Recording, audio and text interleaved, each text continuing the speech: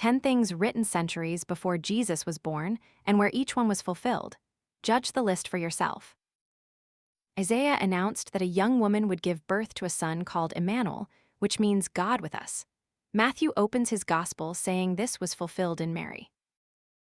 Micah pointed to Bethlehem, the smallest town in Judah, as the birthplace of the one who would rule Israel. 7 centuries later, a census brought Joseph and Mary right there. Isaiah and Malachi spoke of a voice crying in the wilderness, preparing the way of the Lord. Mark opens his gospel quoting them both as he introduces John the Baptist. The people walking in darkness would see a great light, and that light would shine in Galilee. Matthew says it was fulfilled when Jesus began to preach beside the lake.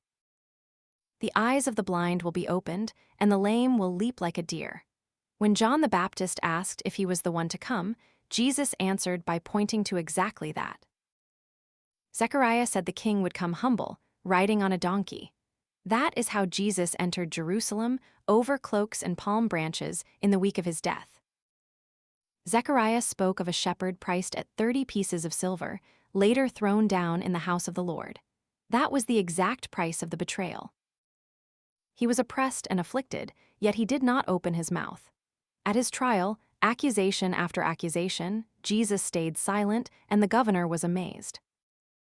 The psalm promised that not one of his bones would be broken, and Zechariah spoke of looking on the one they pierced. John says he watched both come true. You will not abandon my soul to the grave. On the 3rd day the tomb was found empty, and that is the prophecy holding up all the others. After the resurrection, Jesus explained to them what all the scriptures said about himself. What looked like a sealed scroll had been speaking of him for centuries.